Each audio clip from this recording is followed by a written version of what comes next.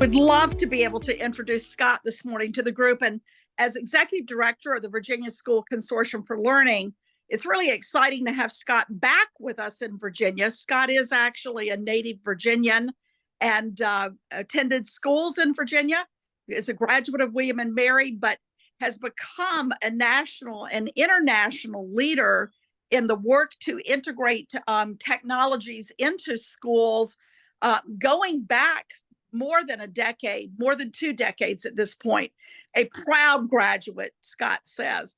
Scott currently is a professor in education and works in Colorado, and has influence not just in his home state today of Colorado, but back in Virginia and around the world.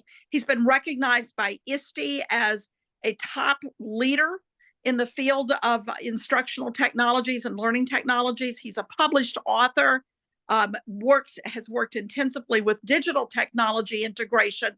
But the thing that I think that Scott also is that just always lights me up when I'm in a room with him, and that is Scott is just plain fun. So we're really excited to have Scott here with us today. And I'd like to just use a quick quote from a professor at Michigan State who is known in the work that is what you might call cognitive flexibility and compatibility theory. And Ron Spiro, recently talking with a colleague of mine, made the comment that no technology has moved so quickly into use across a variety of fields and organizations and in the hands of consumers as AI has. And so when I asked the question, so why should any of us be here today with Scott? I think that the reason is because we are now facing a new wave with a very interesting and ubiquitous technology that we aren't even aware sometimes when we have a device in our hands or are using a device, that AI is even behind the scenes doing its work. But it is everywhere, as Rand Spiro says. So, Scott, I would love to have you take over. And I'm ready to put my seatbelt on because I know we're going to be on a Star Trek ride with you today. Thank you very much for the kind introductions. I think I'm all queued up and ready. So we're just going to go ahead and get launched, friends. And Pam was very kind to share a little bit of details about me. Everybody see sort of a title slide? Gina, give me a thumbs up. Yes. Okay, great. All right, cool. One of the things that I'm going to note here is that,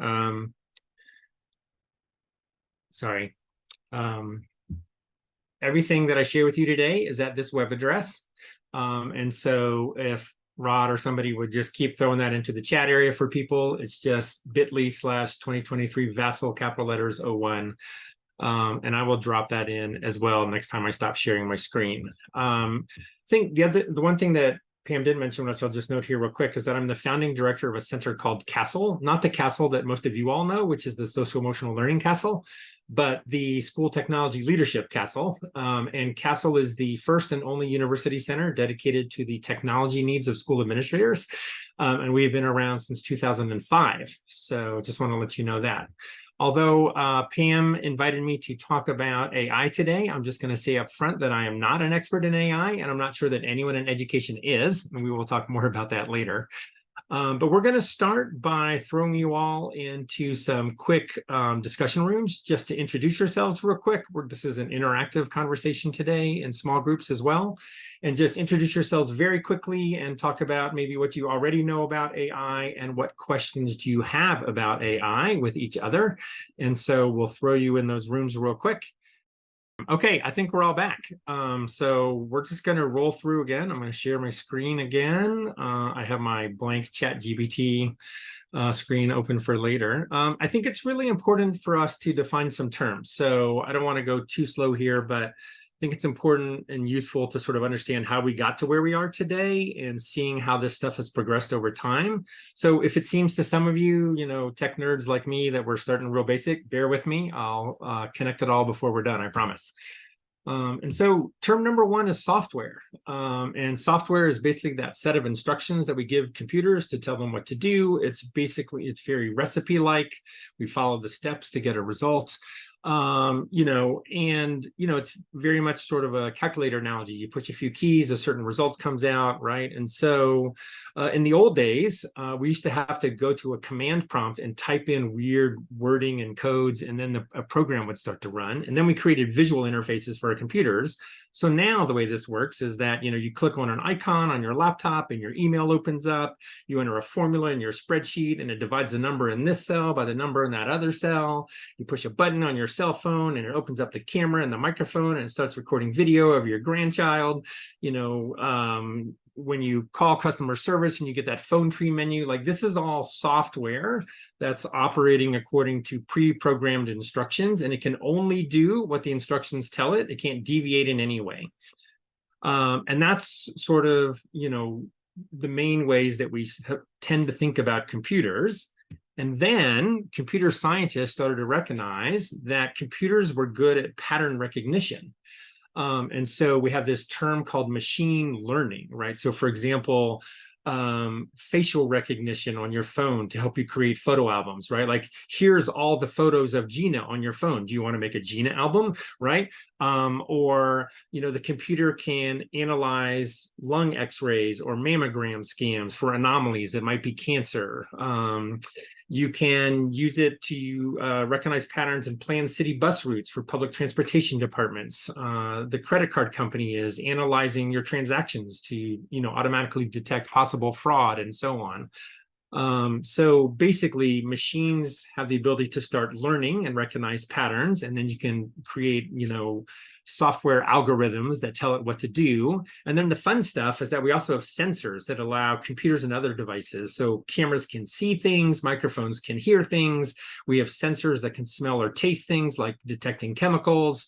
Other sensors can touch and give haptic feedback, right? And we also have sensors that can detect things that we humans can't, like sounds or smells that are outside of our range, radiation waves that we can't see, things that are underground or underwater or in space that we can't reach.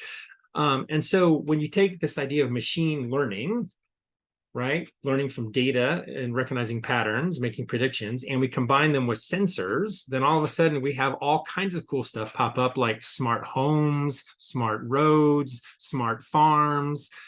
We have robotic surgeons. We have self-driving or self-parking cars. We get automated earthquake detection with warnings. We have devices that we can wear on our wrist that do health monitoring and give us health alerts.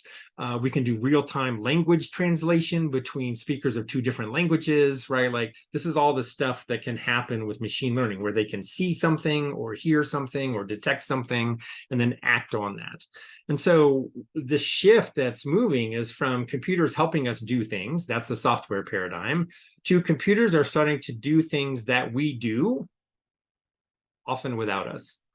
And that's a little weird for us, right? This idea that as we start automating this machine learning and giving it decision rules and it can start acting on things, it starts to feel more and more like us as humans and the things that we do. And that's really where the term artificial intelligence comes from. It's this general concept that machines are acting in ways that simulate what we do as humans, and the ways that we think and act and decide and do things and communicate and so on. And so we could think about how we already are using AI in our day-to-day lives. And as Pam said, how we might not even recognize all the different ways that AI is manifesting in our day-to-day activities, right?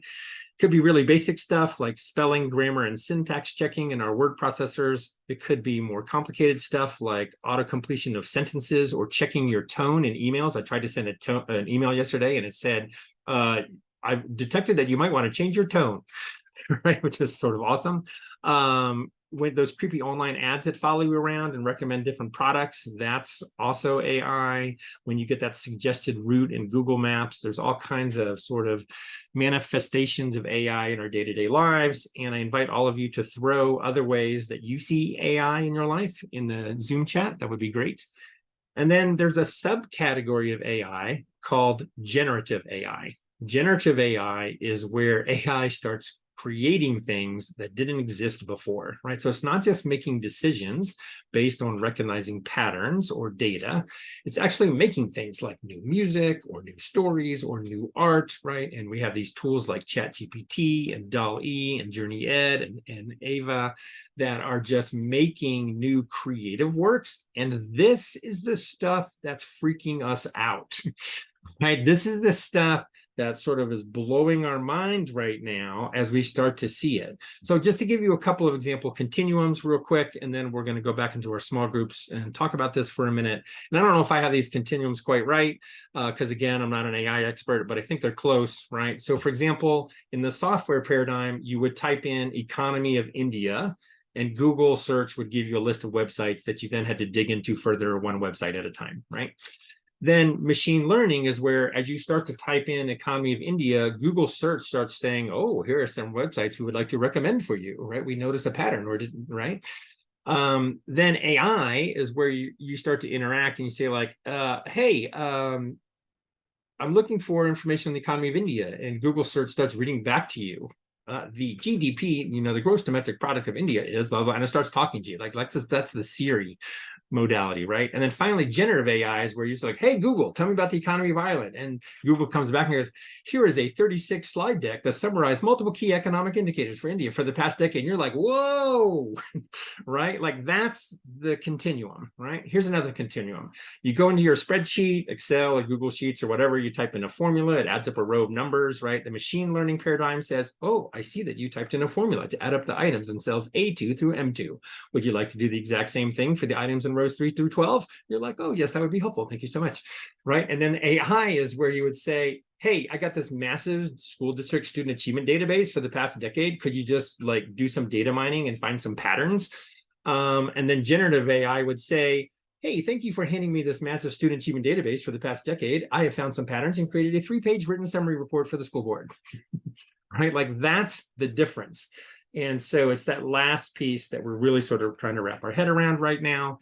And so we're going to throw you back in breakout rooms again. We'll give you 3 minutes this time, so give you a little longer. And just how do we think about all this? And what are some possibilities here for us as educators and as humans?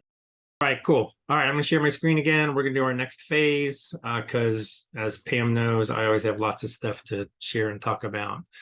So I think generative AI, right, invites us to think really differently about learning, teaching, and schooling. And so what I'm going to do here is I'm going to throw 5 quick examples in front of us that I think are going to invite us to think about some stuff and maybe stretch our thinking a little bit, okay?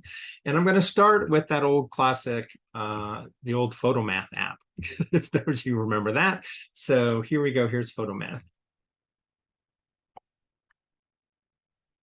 Head over to the app. PhotoMath will then activate your camera on your device to take photos of your math equations. You can adjust the window of the photo to capture the full equation if needed. PhotoMath will then process the equation and provide you with the solution. As you can see, PhotoMath will provide you with multiple ways to solve the problem, like graphing or using the quadratic formula. PhotoMath will also provide you with videos and step-by-step instructions on how to solve the equations as well. There's also an option to share the math solutions with peers from the PhotoMath app. Let's try another equation with using the free version of the app. As you can see, PhotoMath will provide you with the solution and show you the steps of how to solve it. All right, so that's example 1. Here's example 2. So imagine you're in a middle school PE and health class, and the teacher's like, hey, I don't want you to just regurgitate some facts from, the textbook or, do some worksheets. So I'm going to do an authentic performance task. I'm going to ask each student to identify a particular disease or health condition like type 2 diabetes. And your job is to create a 1-week exercise and nutrition plan for a person with that condition. Okay, got it? Now what we're going to do is we're going to take that prompt, we're going to pop it into ChatGPT right here. My screen's still being shared. Yes, Gina? Okay, great. Now I throw it in there, right? And I hit enter, and here we go.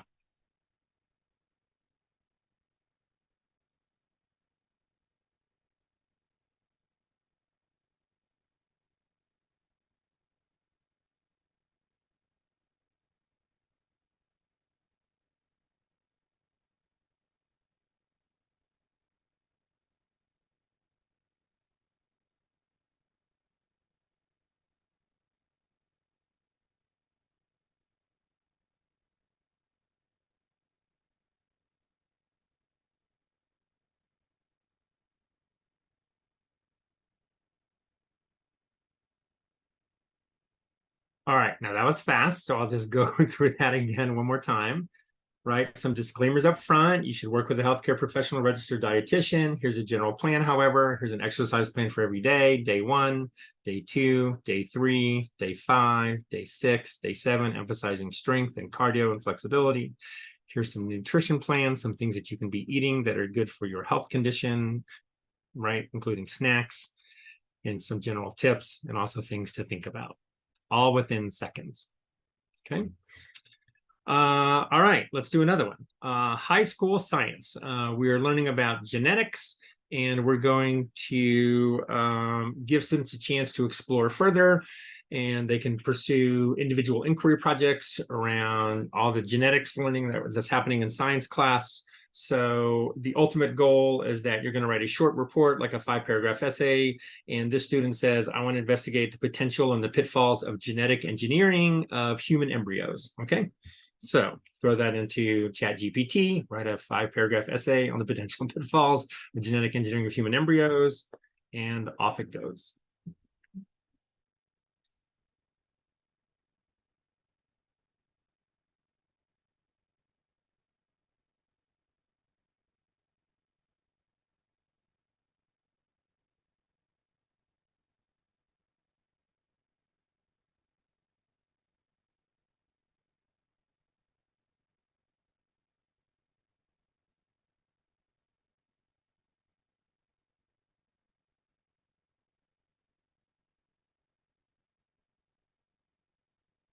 Okay, now what's wild about this, of course, is that we did not feed ChatGPT any information about the topic whatsoever. All we did was we threw in the prompt, right? And then all of a sudden, ChatGPT leaned into its databases, all the information it has at its disposal, and it wrote a, fairly decent essay, right, and report on the, potentials and pitfalls of genetic engineering, both benefits and worries and concerns that people have. We can make that stronger if we add a sentence here. If we really wanted to get fancy, we could tell ChatGPT to do the exact same thing, but use college-level vocabulary. And what we will see is that we will get an even more complex essay that's written on the same topic, using higher-level terminology, higher-level concepts, and so on. So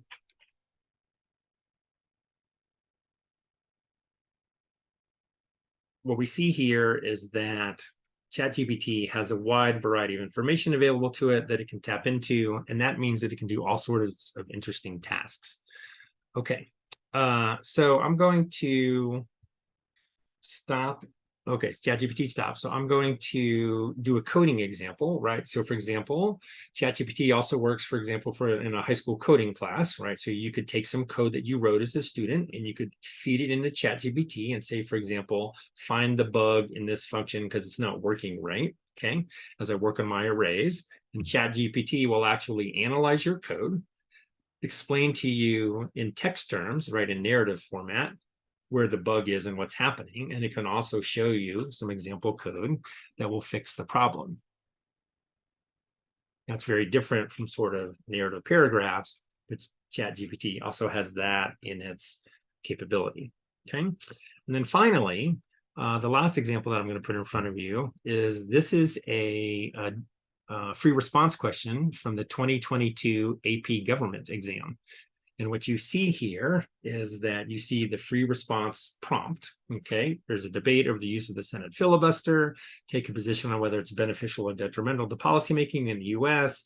Please use at least one piece of evidence from Article 1 of the US Constitution. You also could use the Federalist 10 or Federalist 51. In your response, you should do the following, blah, blah, blah, blah, blah, right? There's parameters on what you're supposed to be doing, right? Defensible claim or thesis, use at least 2 pieces of specific and relevant evidence. At least one has to come from the document above.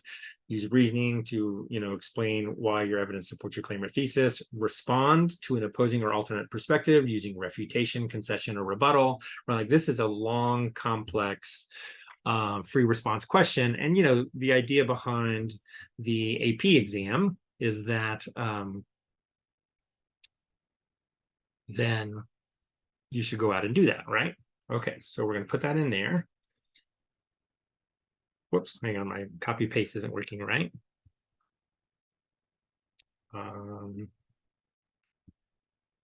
I also realized that I got rid of my essay. So hang on, got to find the essay again. There we go. Okay, so all the way down to,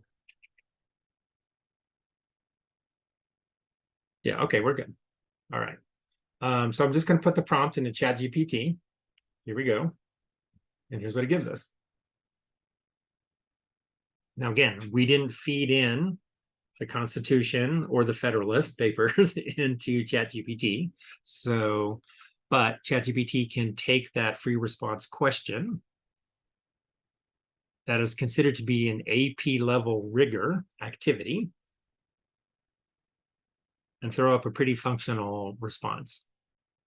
So that sort of like shocked, confused face that I showed earlier was the face of my friend who teaches AP government in Kansas when I showed him ChatGPT, right? Like that was basically the face he made as we put in document-based questions and other free response prompts from previous AP exams into ChatGPT, right? And that's what it gives us.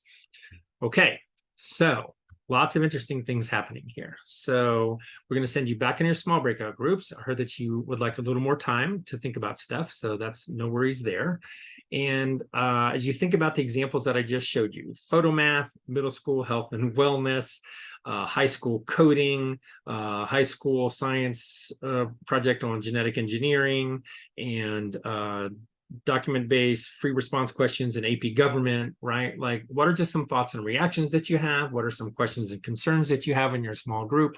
That's sort of the prompt for you all in your small group. So I'm going to recreate the breakout rooms. You may be in some new groups this time, but we're going to give a chance to have everybody in a room instead of just sitting there twiddling their thumbs.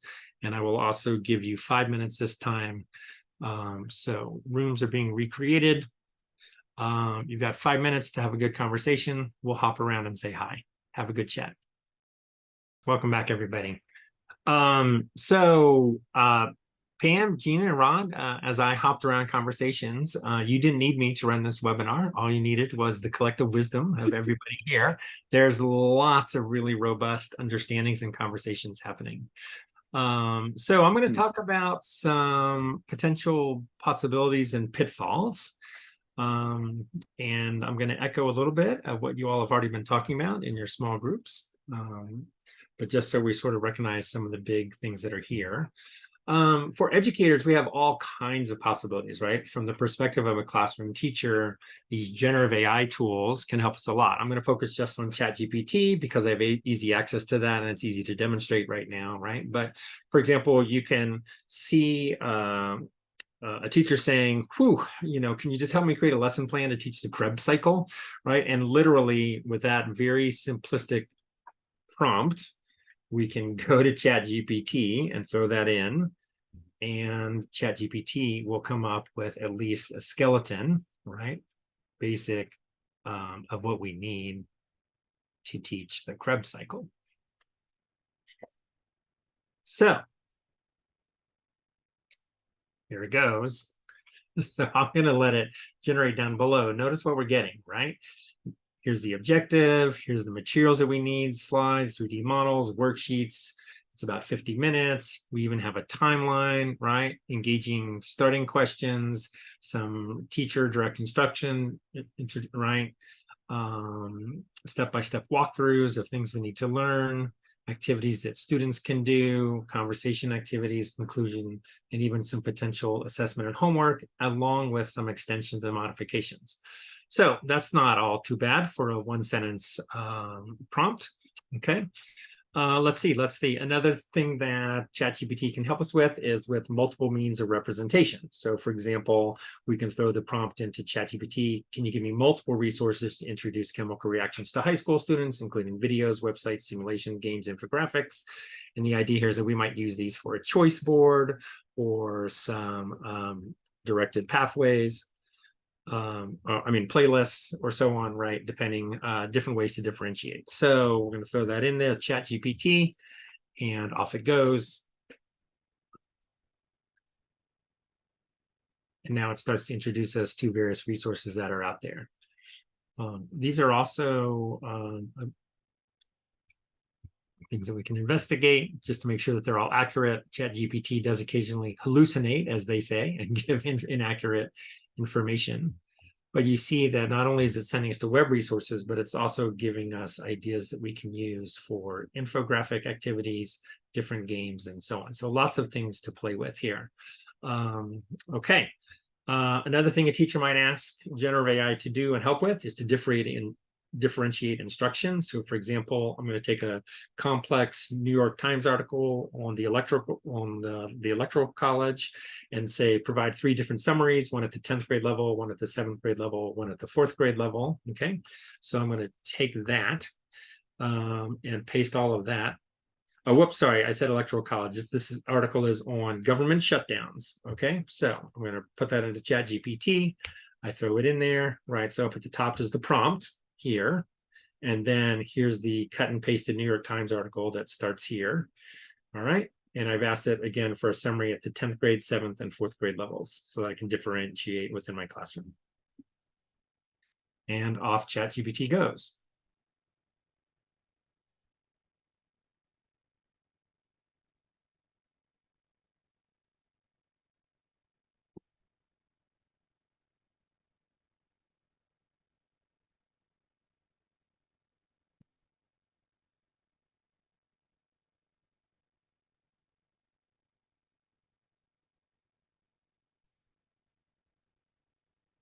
If you didn't like those answers, you could hit regenerate. And ChatGPT would try again.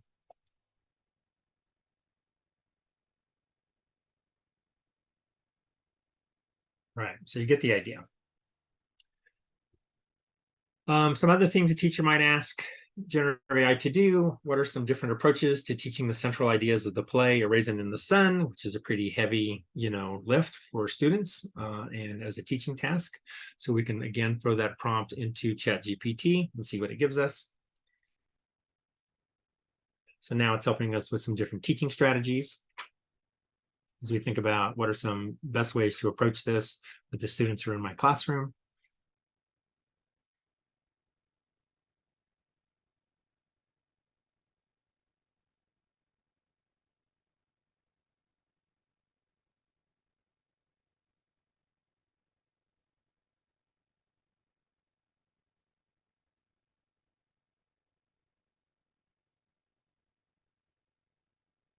Lots of potential ideas there. Maybe you are trying to figure out what some alternative assessments or some authentic, more performance assessments are like, and you're not necessarily tapped into all the different ways that ratios are used out in the real world as a math teacher. So again, you can ask ChatGPT to help you think about what some real life applications might be and how we might turn those into some tasks for students.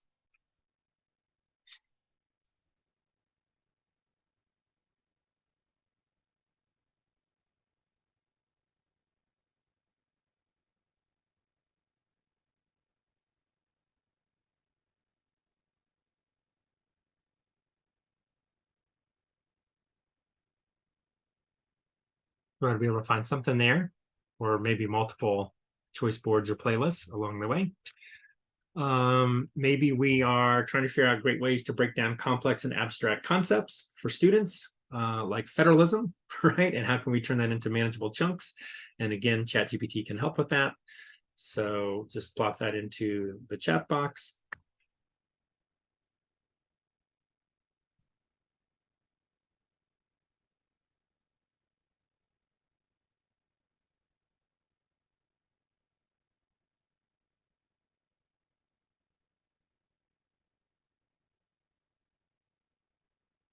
And of course, all of this is taking mere seconds.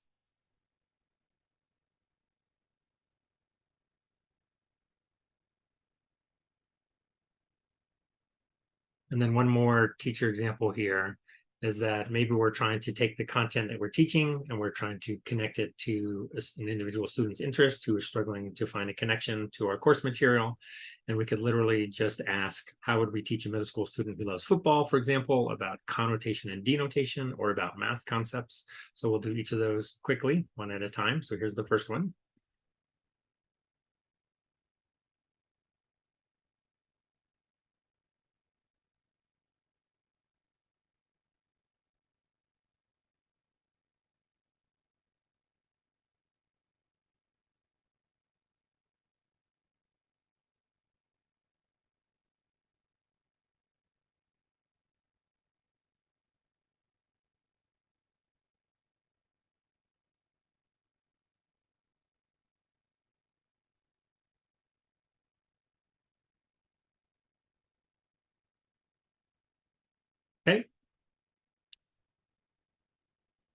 And then here's the same thing, but for math.